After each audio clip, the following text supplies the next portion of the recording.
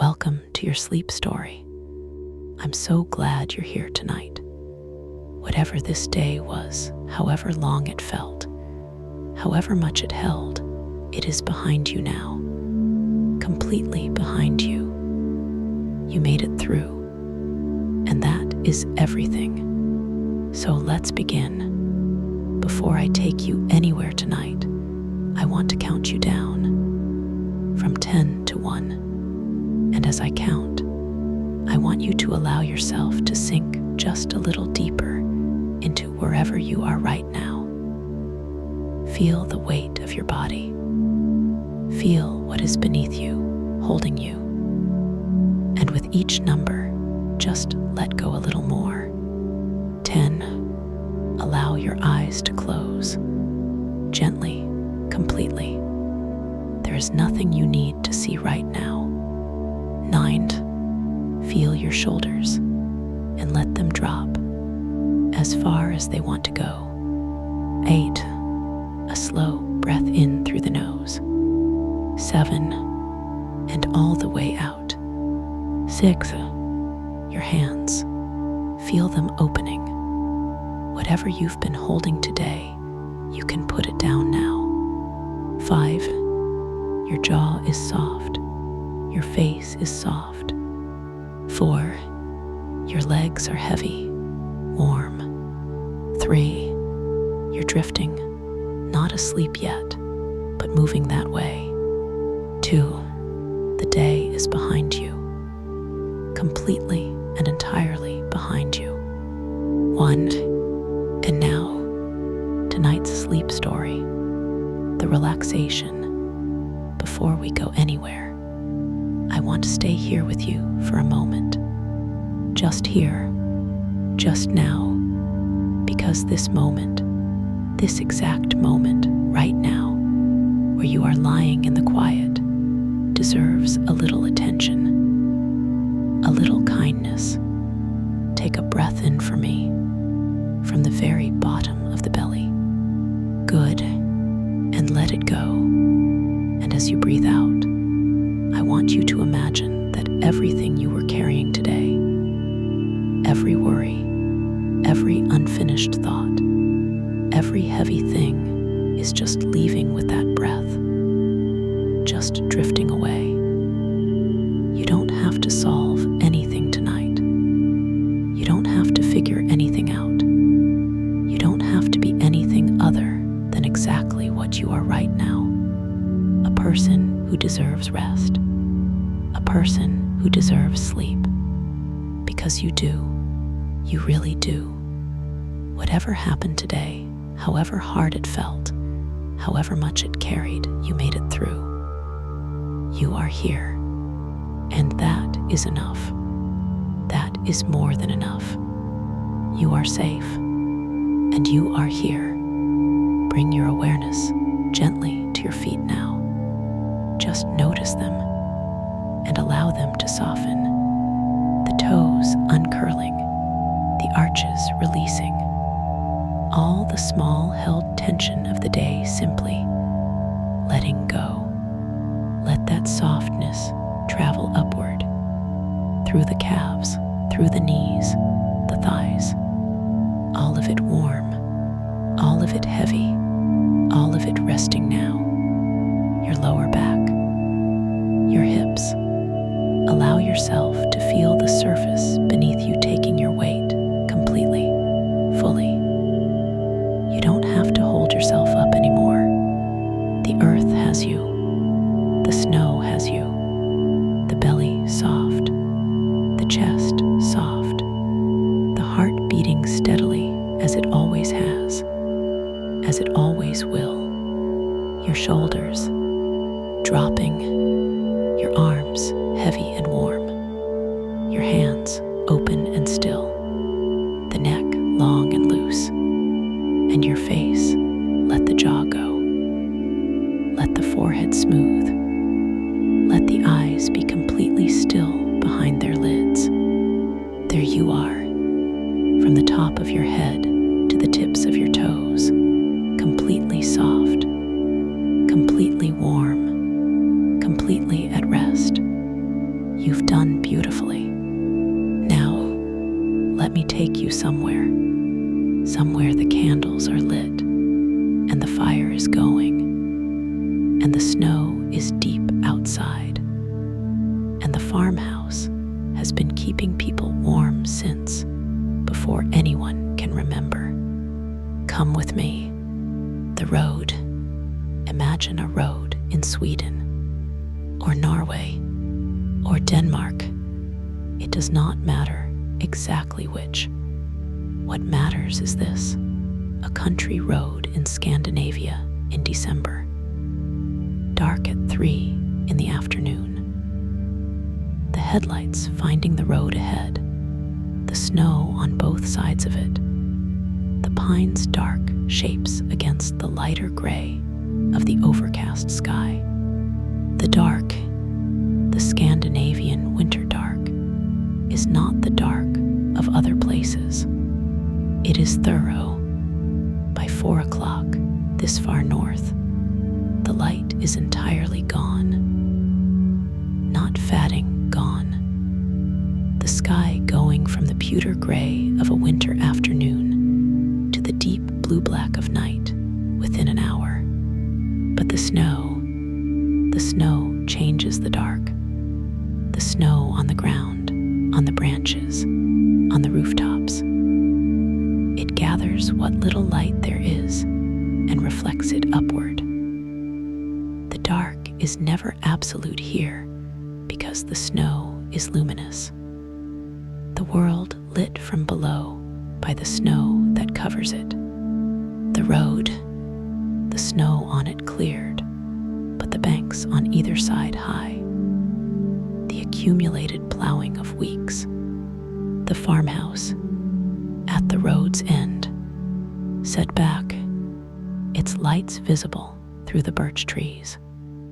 Warm, amber, the lights of the farmhouse, the warmest thing in the landscape. You turn off the road. The farmhouse, red, the Scandinavian farmhouse, is red.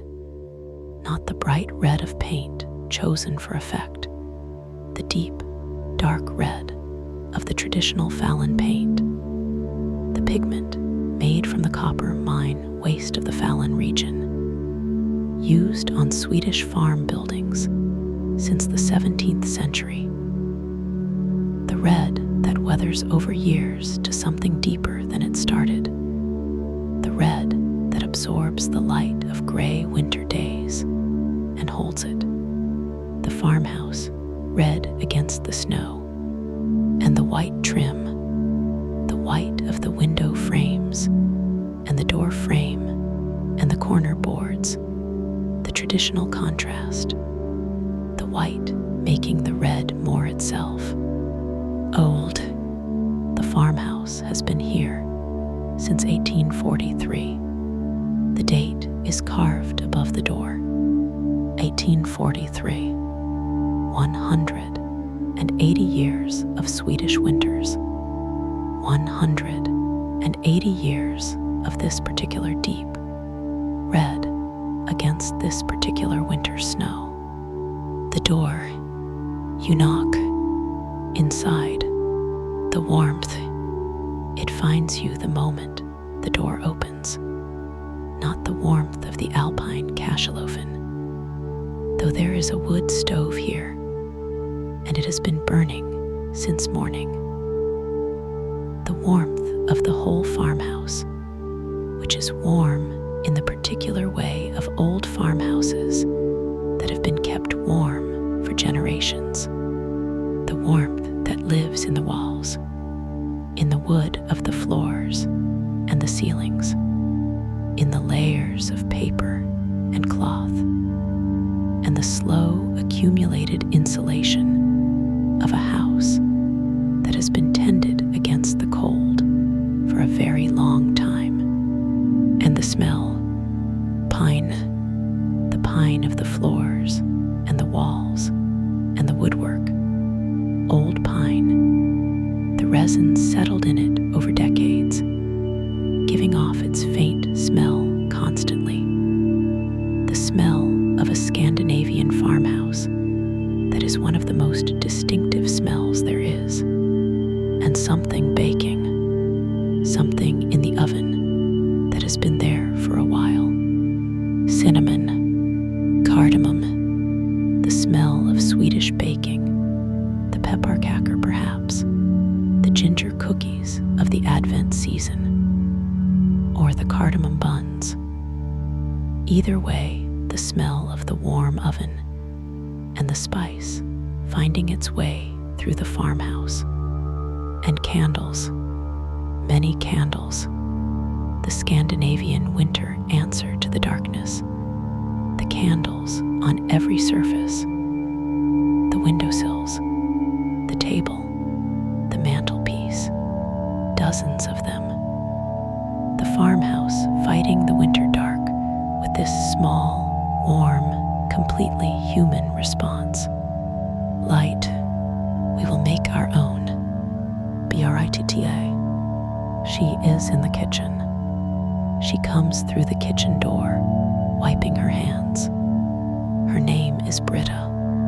She is 64 years old. She has been in this farmhouse for 38 years, since she married Eric and came here from the town 20 kilometers away.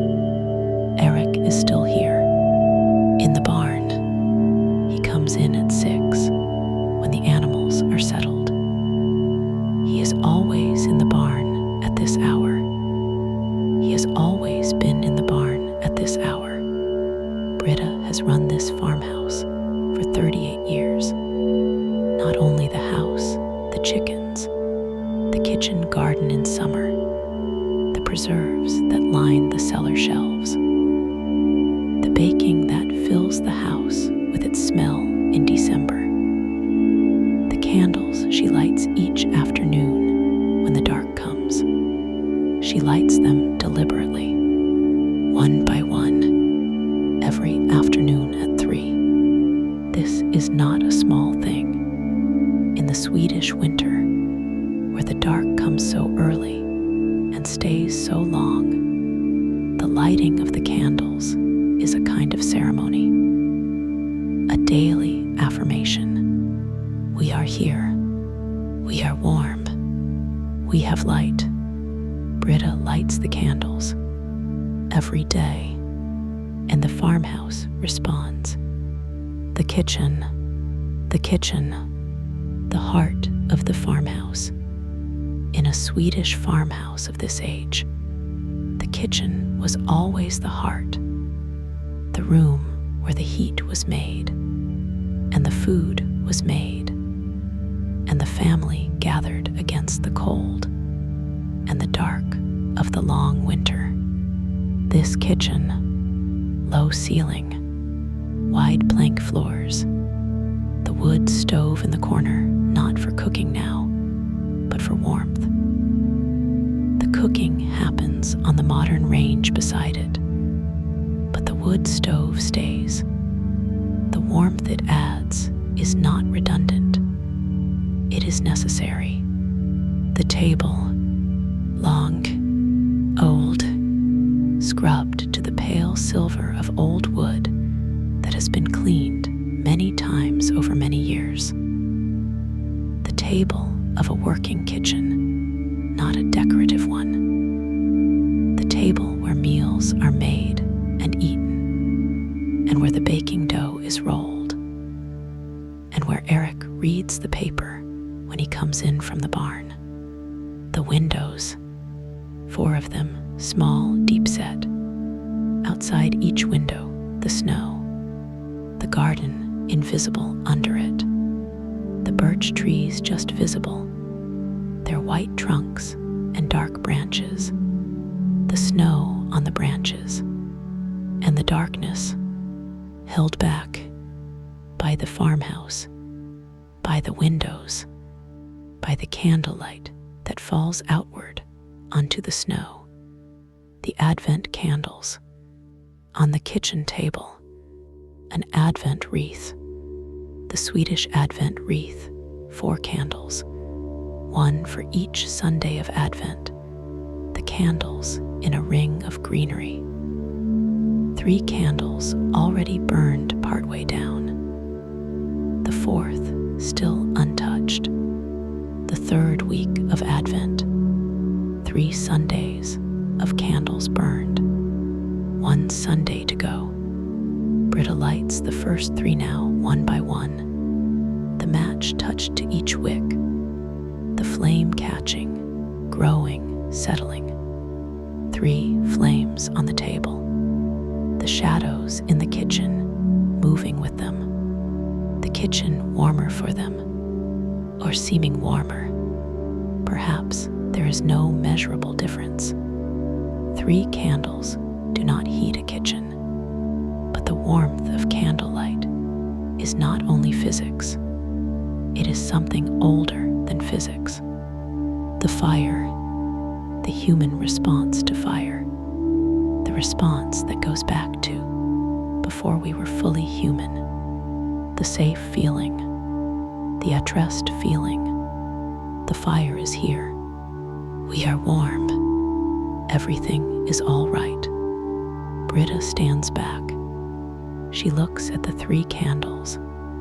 She nods, the same small nod that Miriam gives her bowl, that Kenji gives his rice. Good. The wood stove in the corner of the kitchen. The wood stove, cast iron, old, very old, the kind of stove that is simply a possession, not an appliance. That has been in this kitchen since before Britta came, since before Eric was born, since the farmhouse was built or rebuilt or extended in some past decade. The fire inside it, the door slightly open to allow the drawing. Through the gap, the orange of the fire, the sound of it, the particular sound of a wood fire in an iron stove, which is different from the open fire of a fireplace. More controlled, more contained. The fire working within the stove's design, the oxygen metered, the combustion complete, the warmth radiating from the iron surface, not as intense as the cachalophin's tile warmth. The iron stove gives a more directional warmth, a warmth with a source. You feel it from across the kitchen. The stove, the candles, the oven, 3 sources of warmth, 3 sources of light. The farmhouse holding them all. E-R-I-K. He comes in at 6. The sound of him, boots at the door, the stomping of snow from them, the shed of the heavy coat, the hanging of it. He appears in the kitchen doorway. A large man, 68, his face the face of someone who has spent 38 years in all weathers on this farm. Not hard, weather-marked, comfortable in the way of a person completely at home in their circumstances. He looks at the Advent candles, 3 of them burning. He looks at Britta. He says nothing. She says nothing. They have been doing this for 38 Advents. The candles, the kitchen, the dinner nearly ready. He sits in his chair, Eric's chair at the end of the table, the one with the higher back, the one that has always been his, the chair that fits him. He picks up the paper. He doesn't read it. He holds it. He is thinking about the barn, the animals settled for the night. All well. He sets down the paper. He looks at the candles, the PPPRKAKOR. From the oven, Britta takes them out, the ginger cookies of the Swedish Advent season. Thin, dark, the particular dark brown of pepper. pepparkakor, the ginger and the cinnamon and the cloves and the dark syrup, all contributing to the color. Thin enough to be translucent at the edges.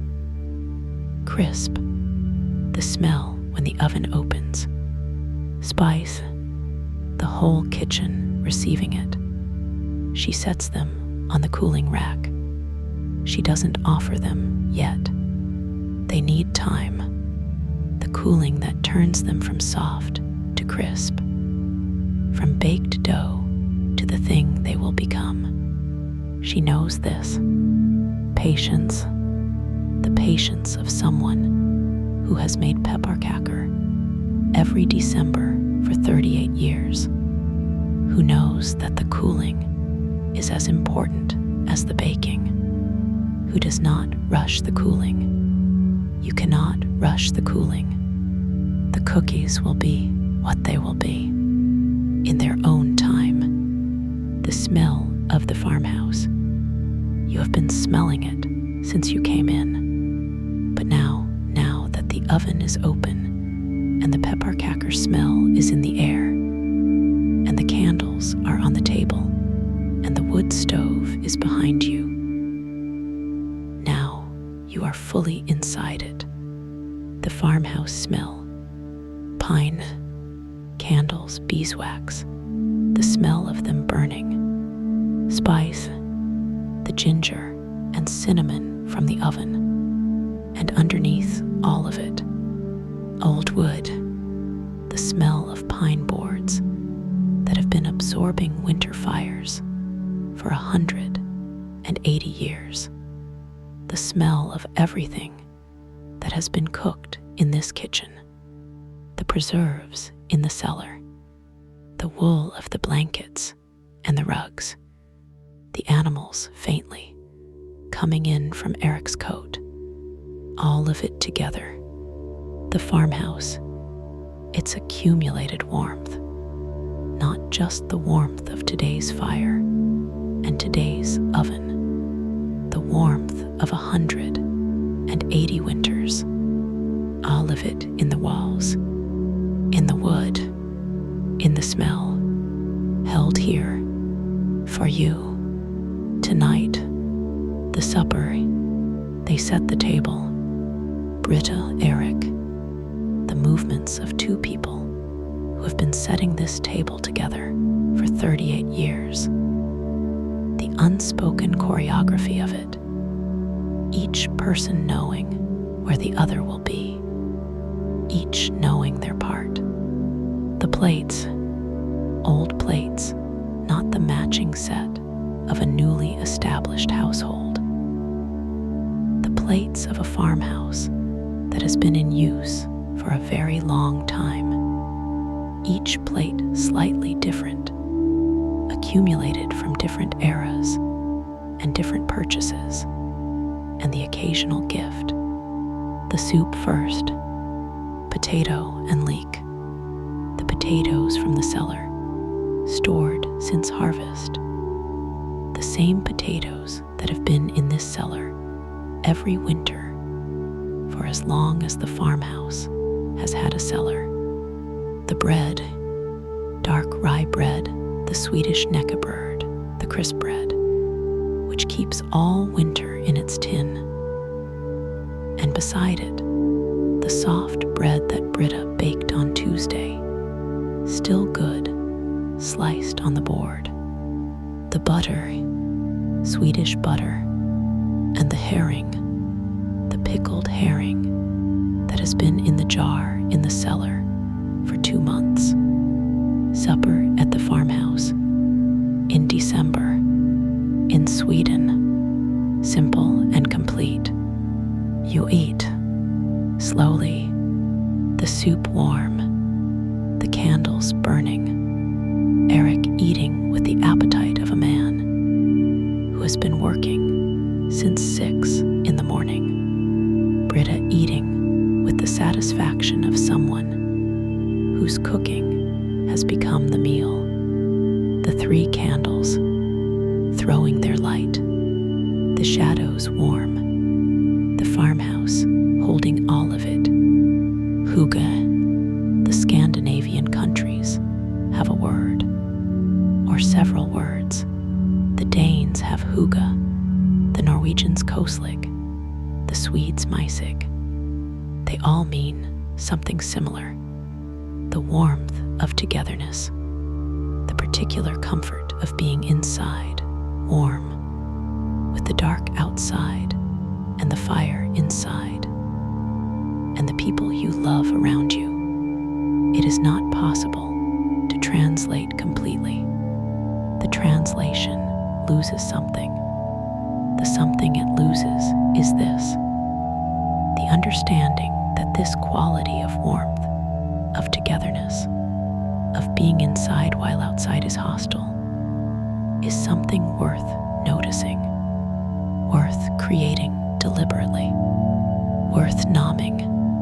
The candles on the table, the fire in the stove, the pepparkakor cooling on the rack, the soup, the bread, the two people who have done this for 38 winters. This is hygge, or mysig, or whatever the word is. The word is less important than the thing. The thing is here. You are in it. After supper, the pepparkakor cool now. Britta puts them on a plate. She sets them on the table. Eric takes one. He does not say how they are.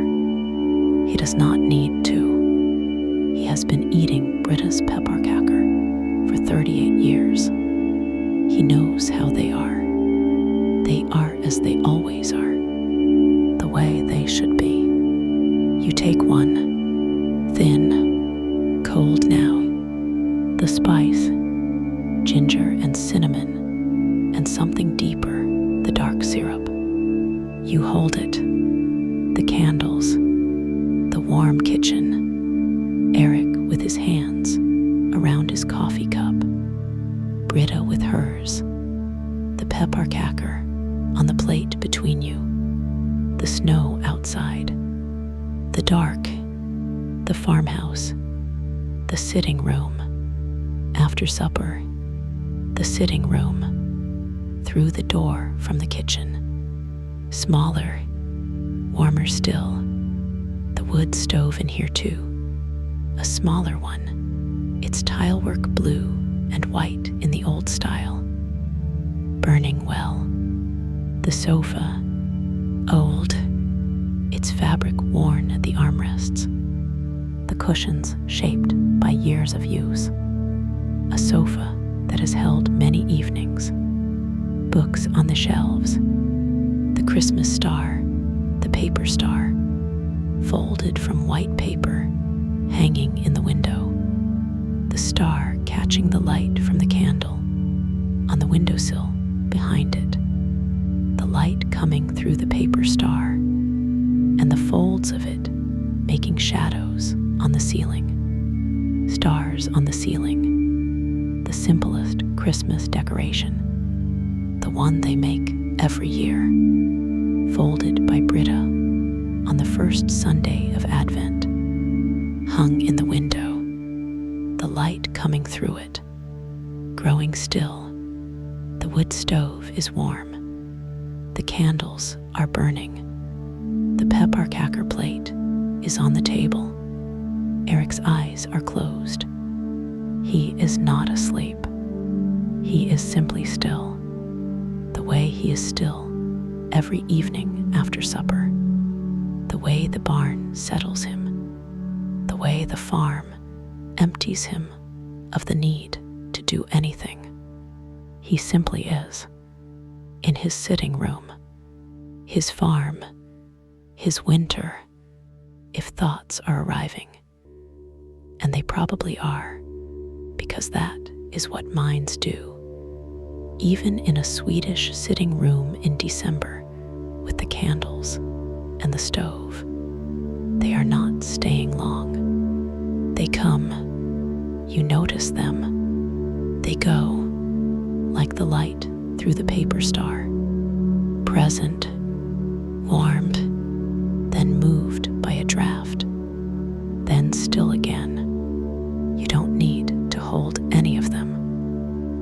the stove, just the candles, just the stars on the ceiling from the paper star, just the snow outside and the warmth inside, and the farmhouse holding all of it. Peace lives in this house, in the pine walls and the Advent candles, and the peppercacker and Britta's 38 winters of lighting the candles one by one at 3 o'clock. Tonight it is yours. Good night. You are doing so beautifully. The day is done. You drove the dark road tonight and found the farmhouse red against the snow. The smell of the baking found you at the door. The 3 Advent candles were lit. You ate the soup and the herring and the bread. You held the peppercacker in your hands and breathed the spice.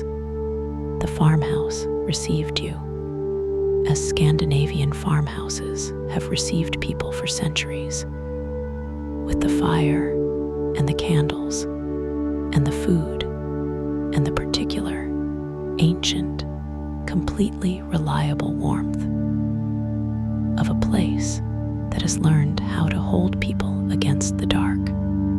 Carry it with you on the winter days, the short days, the days when the dark comes too early and the warmth seems thin. Remember this farmhouse. Remember Britta lighting the candles one by one. Remember the paper star and the stars on the ceiling. Remember that the dark can be answered, one candle at a time. You know the way here now, but tonight you are already here. The stove is warm. The snow is outside. The candles are burning. Sleep now, deeply, completely. You deserve every pine-scented, candlelit, stove-warm, snow-deep, farmhouse-held moment of this rest. Every single one. Good night. Sleep well. The farmhouse through the night. The candles going out. Britta extinguishes the candles before bed. One by one. The same order she lit them. She does not blow them out. She uses the candle snuffer, the small cone on a long handle, the old way. The flame suffocated rather than blown, because blowing disturbs the wick, because the snuffer keeps the wick centered, because this is how you treat candles. With care, she snuffs each one, the small curl of smoke rising from each, the smell of extinguished candle, the particular smell of a wick that has just been put out, the wax cooling. The kitchen goes darker, the wood stoves glow through the vent. The last light in the kitchen. She looks around, everything in order, the peppercacker tin lidded, the dishes done, the bread covered. She turns off the light, the kitchen dark, but not cold, never cold. The stove, always the stove. The farm at night, the farm at night. In winter, the barn, inside the barn, warm. The animals provide their own warmth. The cows, the horses, the sheep. Their bodies generating heat, the barn trapping it. A barn full of animals in winter is warm without any additional heating. Eric knows this. The barn is his comfort in winter. The warm breath of the animals, the soft sounds, the cattle settling. He checked them at 6. All well. The hay distributed, the water unfrozen. He keeps a heater in the water trough for the coldest nights. All well, he will check them at 6 in the morning, as he always checks them, as his father checked them. The animals at night, warm in their barn, the snow outside, the farmhouse beyond the snow, all of it held. The snow tonight, the snow tonight, more falling. The forecast was for snow, and it is snowing. The fine dry snow of the deep winter, the temperature too cold for the wet, heavy snow of the shoulder seasons. Fine, dry, falling steadily, adding to what is already there. The garden invisible, the shapes of the summer plants under it somewhere.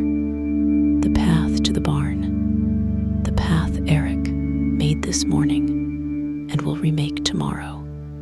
The birch trees, the snow in the birch trees catches and holds and accumulates until the branches cannot hold any more, and the snow falls. The sound of it, a soft sound, the accumulated snow releasing from a branch, falling, the branch springing back. This sound repeatedly through the night, the birch trees lightening themselves, the snow falling, building, the farmhouse in the middle of it, red against the white.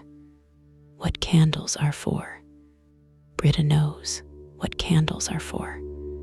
Not literally the practical purpose of candles, the light they give.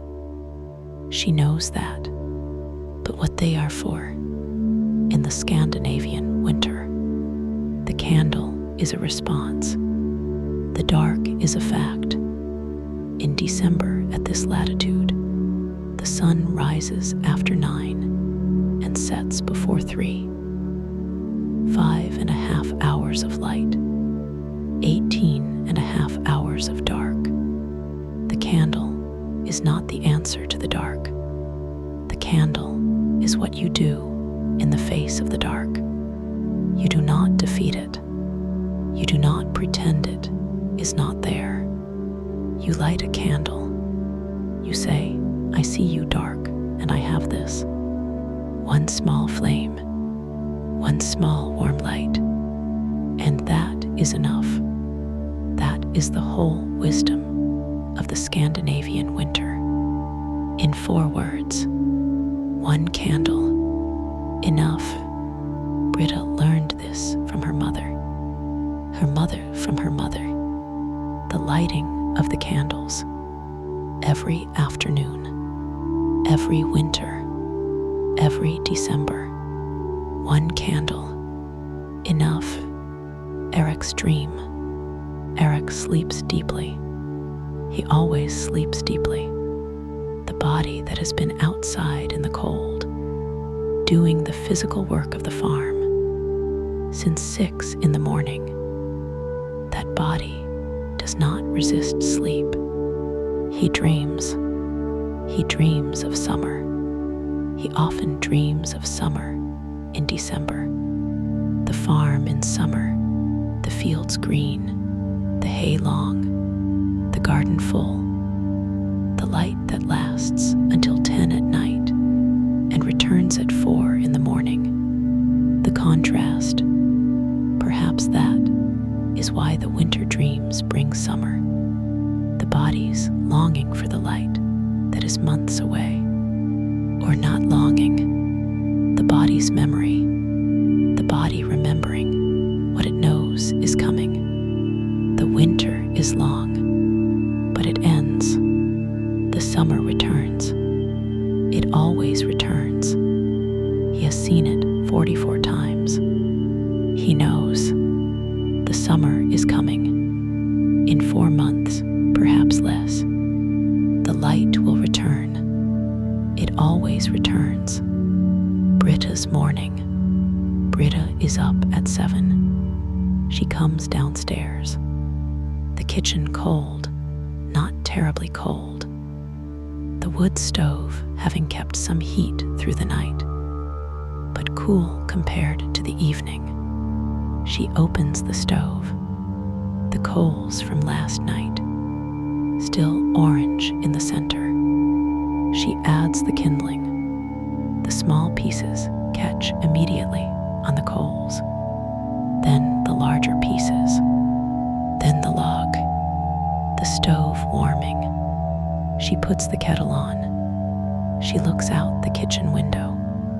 Snow still coming down, the garden deeper than yesterday, the birch trees white, the barn visible across the yard.